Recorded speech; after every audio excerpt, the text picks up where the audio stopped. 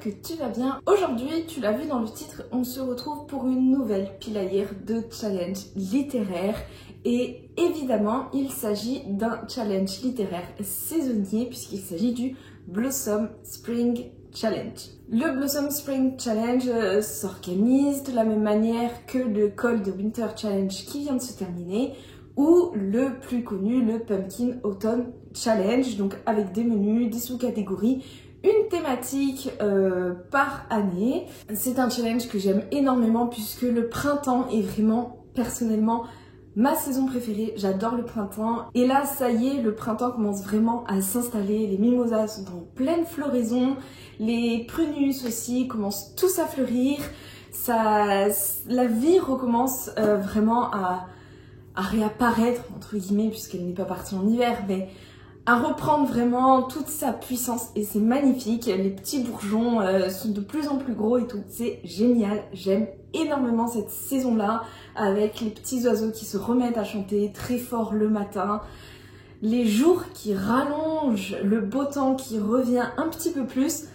Vraiment, le printemps, c'est ma saison préférée, je l'aime énormément. Et donc évidemment, un challenge littéraire de saison qui tourne autour de le printemps, ça ne peut que me plaire. Je te mettrai en barre d'infos évidemment le lien vers la vidéo explicative du challenge, puisque cette année le challenge a changé de personne organisatrice. Je te mettrai tous les liens en barre d'infos pour que tu puisses aller voir ça si tu as envie. Mais après, fondamentalement, rien n'a changé par rapport aux années précédentes. Ça reste toujours la même structure, les mêmes menus principaux, avec un dernier menu thématique qui change tous les ans. Lui par contre, le système de validation est toujours de la même façon, même si moi pour le coup, une fois que j'ai fait ma palle et que j'ai choisi mes livres et que je fais mes lectures, je ne m'intéresse plus trop après à la validation. C'est plus le plaisir de se faire une palle et d'avoir des livres de saison, puisque moi je lis beaucoup mes livres en accord avec les saisons en fait.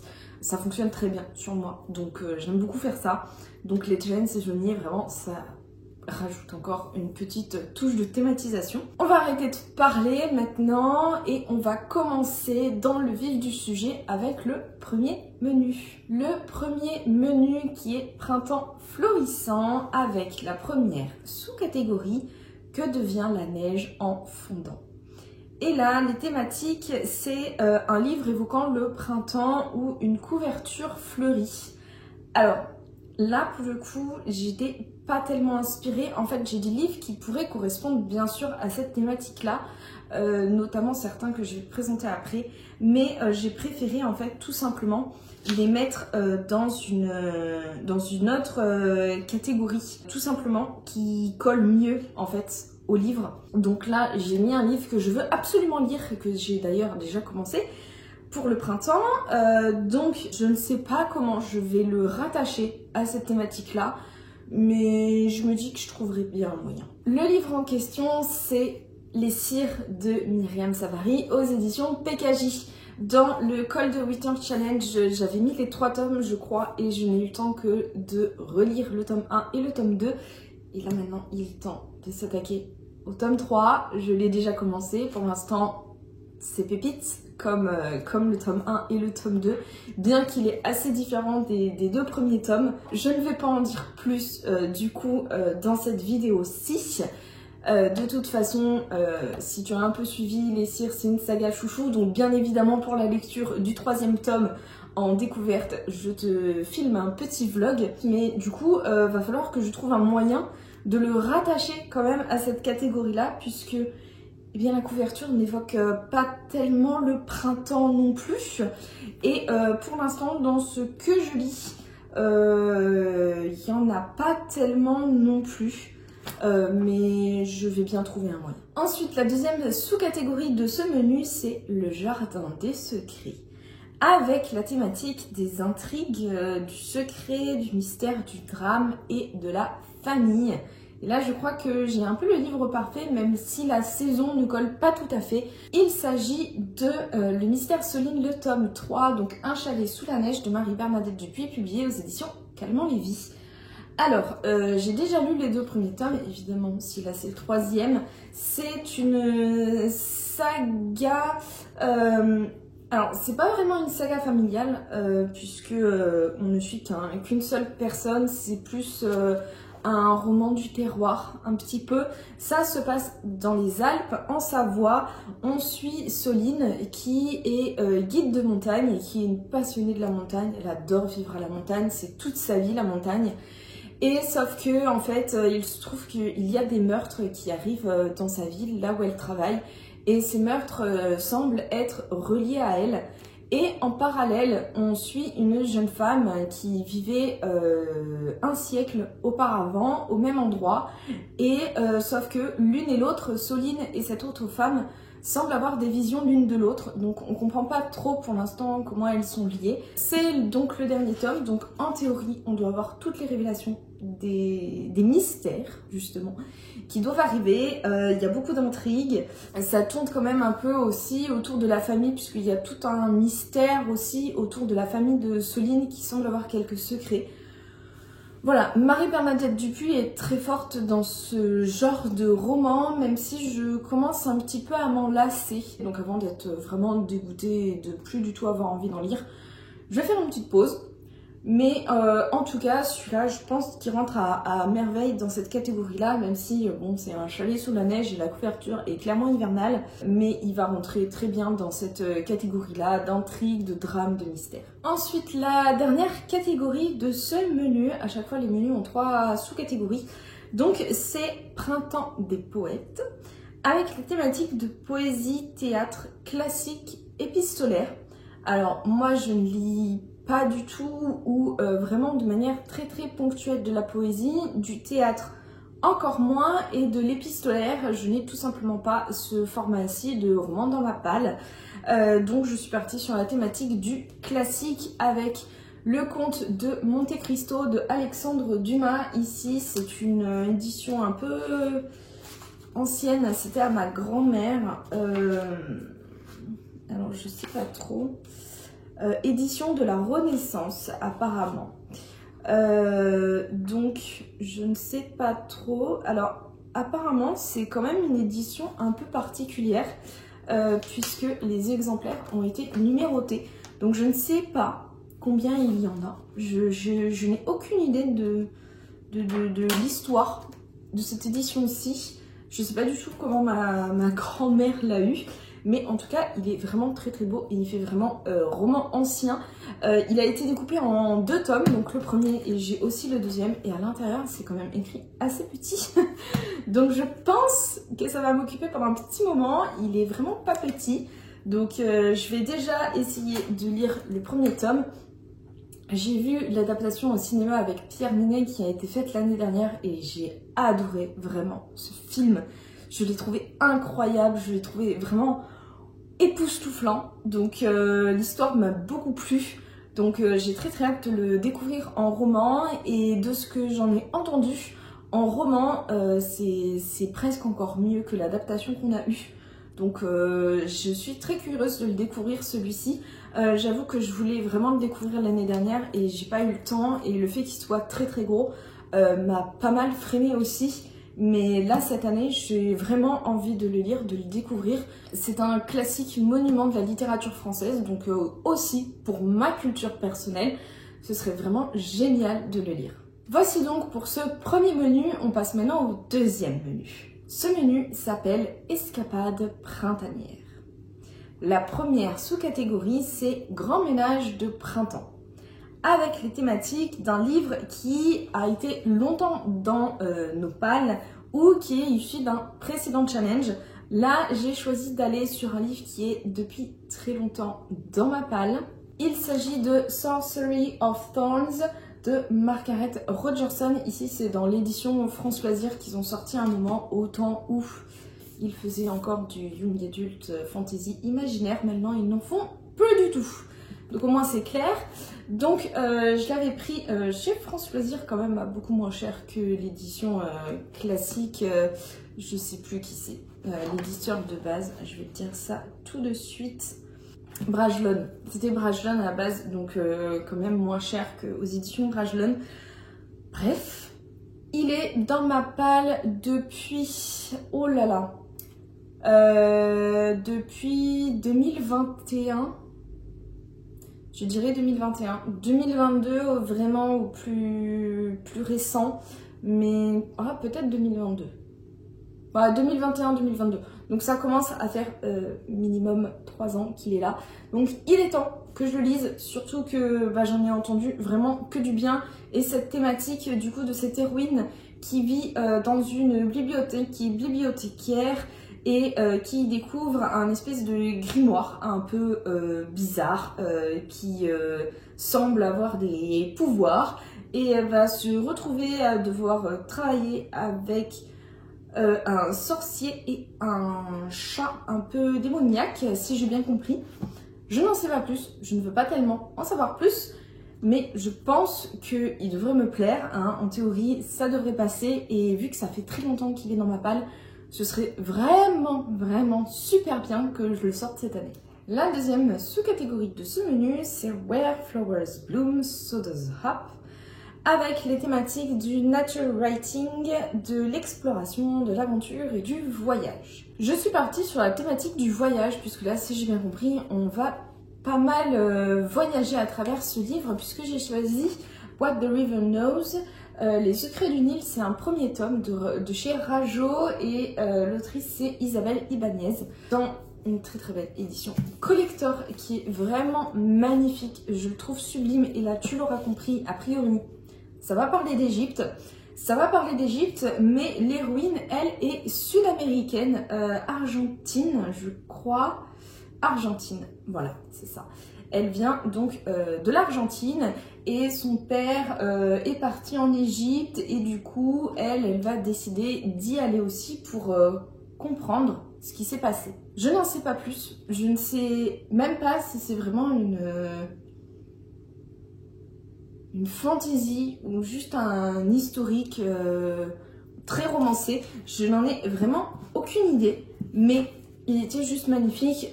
L'histoire antique de l'Égypte, j'aime beaucoup. Je suis pas du tout spécialiste, mais pour le coup, j'aime beaucoup cette culture-là, cet esthétisme, cette mythologie aussi, et cette histoire très complexe de l'Égypte antique. Vraiment, j'aime beaucoup. Donc là, je suis très curieuse de celui-ci, de le lire.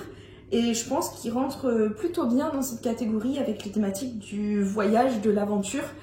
Puisque je pense que cette jeune fille n'est jamais allée en Égypte. Donc on va voir ce que ça va donner. Mais en tout cas, il m'intrigue beaucoup. Il est un peu gros, mais l'écriture à l'intérieur est plutôt aérée. Donc ça devrait se lire quand même plutôt rapidement. Et j'espère vraiment passer un bon moment avec celui-ci. La dernière catégorie de ce menu, c'est Voyage en Asie.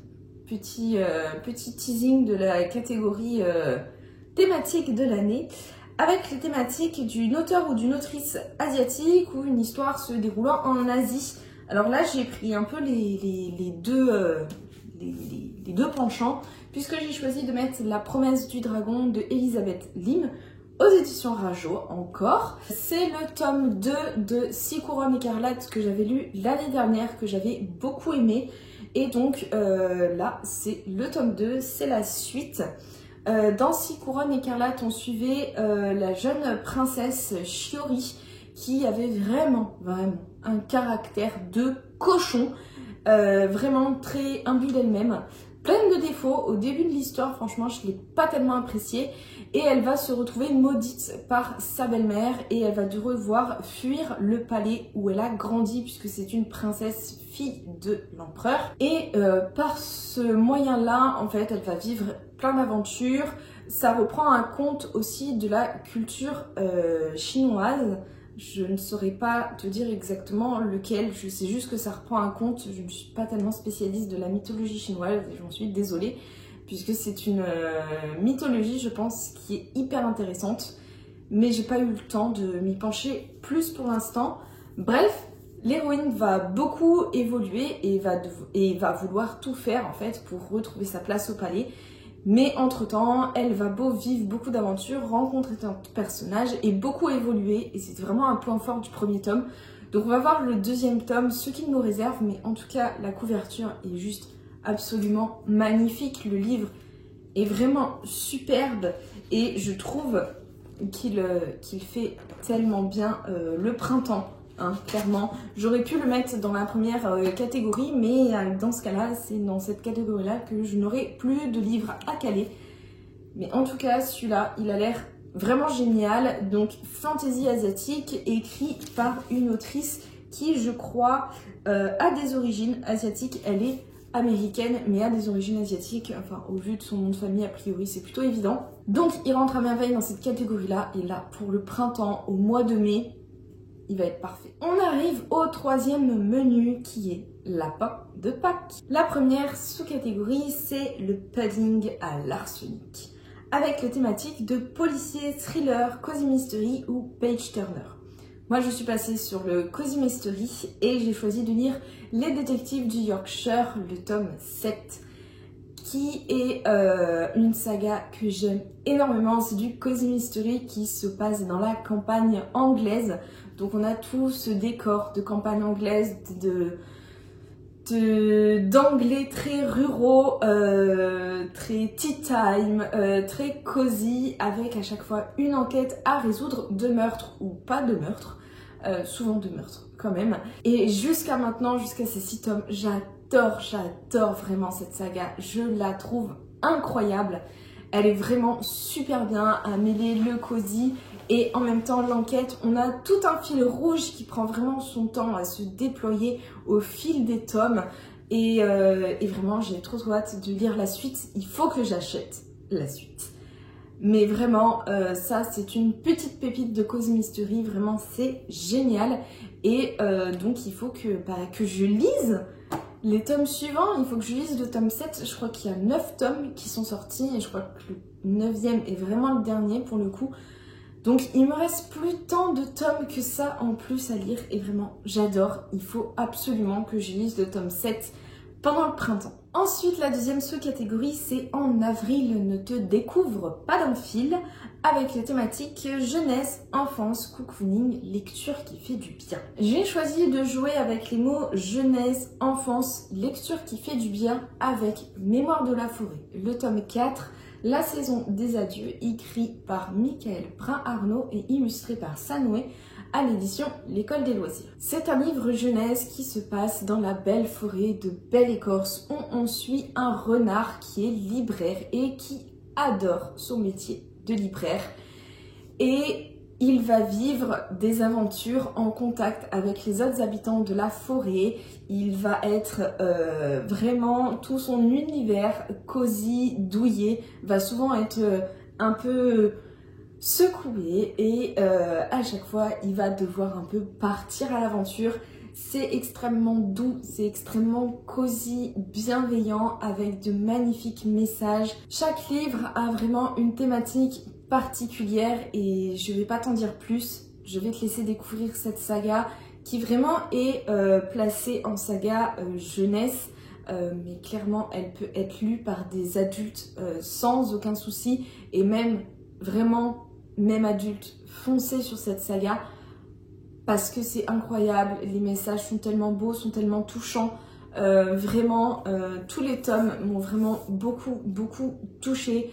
Le tome 1 et le tome 3 m'ont fait pleurer à chaudes larmes. Et celui-ci, le tome 2, était aussi également très touchant. Et ce tome-ci, c'est le dernier. Il y a un tome par saison et le dernier, c'est le printemps. Je n'ai pas du tout lu le résumé, je n'ai pas du tout envie de savoir de quoi ça va parler cette fois-ci. Je vais juste me laisser porter, on va voir, et j'ai très hâte de le lire, comme j'ai pas tellement envie de terminer cette saga.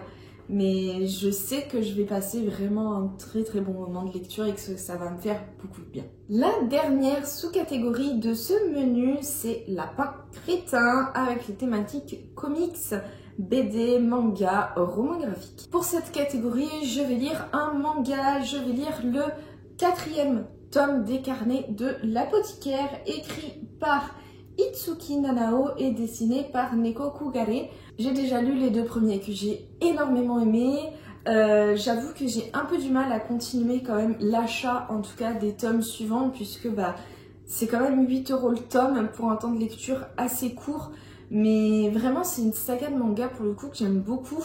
que j'ai vraiment envie de continuer. Ça se passe dans la Chine ancienne, au centre de la cour impériale. On suit Mao Mao qui devient par la force des choses la goûteuse d'une des concubines de l'empereur et elle se retrouve embarquée malgré elle dans toutes les intrigues du palais. Les personnages sont très attachants, c'est très rafraîchissant et c'est très très beau aussi, le trait est vraiment magnifique. Et vraiment c'est une super saga de manga, mais il faut vraiment que je me motive à la continuer, à acheter la suite et à savourer cette petite pépite quand même. Donc il rentre très bien dans cette catégorie là et peut-être que voilà, je vais probablement aussi relire les tomes précédents pour me remettre bien les choses en place. Donc ce printemps-ci, il faut vraiment que j'avance cette saga de manga. Et on arrive au dernier menu de ce challenge qui est le menu thématique de l'année et qui s'appelle les parfums du Vietnam. Alors pour le coup, les livres que j'ai choisis n'ont vraiment aucun rapport avec la thématique de l'année puisque je n'ai aucun livre qui traite de près ou de loin du Vietnam. Mais par contre, les sous-catégories sont vraiment thématisées Vietnam et on va commencer par la première qui est naviguer dans la baie d'Along. Les thématiques sont aventure maritime ou une couverture aquatique. Je ne suis pas du tout partie sur une aventure maritime, mais plutôt sur une couverture approximativement aquatique avec Sunbringer de Anna Kanner aux éditions de Saxus, qui est le deuxième tome de God Killer que j'ai lu à l'automne et que j'ai énormément apprécié. Il a eu une place de choix dans mes awards littéraires. Donc évidemment, j'allais lire le tome 2. Il rentre dans cette catégorie puisque on voit ici, en fait, c'est un dieu marin avec son trident et voilà, ses couleurs assez aquatiques quand même. Vraiment, le jaspage est absolument sublime. On est ici dans une fantaisie adulte et vraiment, je précise, fantaisie. C'est pas du tout une romantaisie. Il y a une toute petite histoire d'amour, mais qui est vraiment très secondaire, voire tertiaire dans l'histoire. On est vraiment ici dans une fantaisie. Le plus important, c'est vraiment la quête des personnages, l'univers et l'histoire.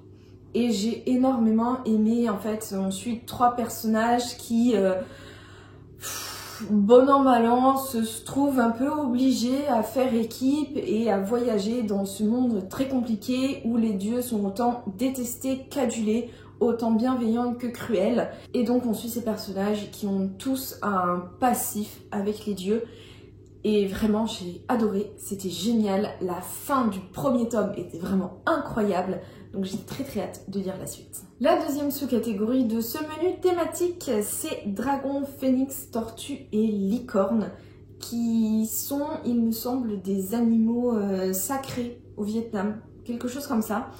Donc les thématiques sont animaux, créatures fantastiques, mythologie, fantasy, fantastique. Alors là, autant vous dire que j'aurais pu presque mettre l'intégralité de ma palle dans cette catégorie, mais il a fallu faire des choix. Donc j'ai choisi de lire Murtag de Christopher Paolini aux éditions Bayard Jeunesse. C'est l'espèce de suite, je crois, de la saga donc Eragon de l'héritage. Qui a été, enfin pour moi vraiment une saga marquante de mon adolescence et que j'avais énormément aimé. Vraiment c'était ma première grosse saga, je pense quand même, vraiment de fantasy où vraiment les romans étaient à chaque fois des grosses pavasses avec un univers très construit, très riche, beaucoup de personnages en interaction. Je pense que c'était vraiment l'une de mes premières vraies sagas fantasy, un peu adulte quand même, puisque même si c'est Bayard Jeunesse et que c'est plutôt classé en jeunesse, hein, ça peut être lu en jeunesse, mais c'est vraiment quand même très riche, hein, très complet, très complexe. Donc moi ça avait été vraiment une saga marquante de mon adolescence.